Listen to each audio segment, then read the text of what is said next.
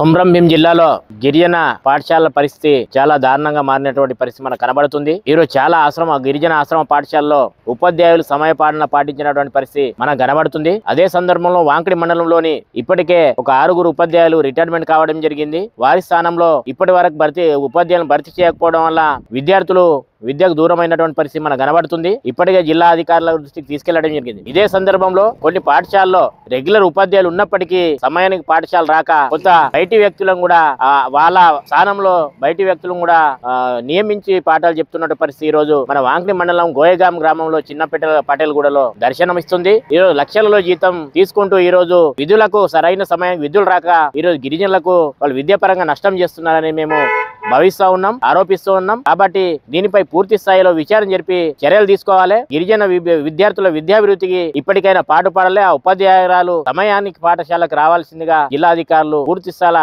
అటువంటి ఆదేశాలు జారీ చేసి గిరిజన అభివృద్ధికి తోడ్పడాలని మేము కోరుతా ఉన్నాం.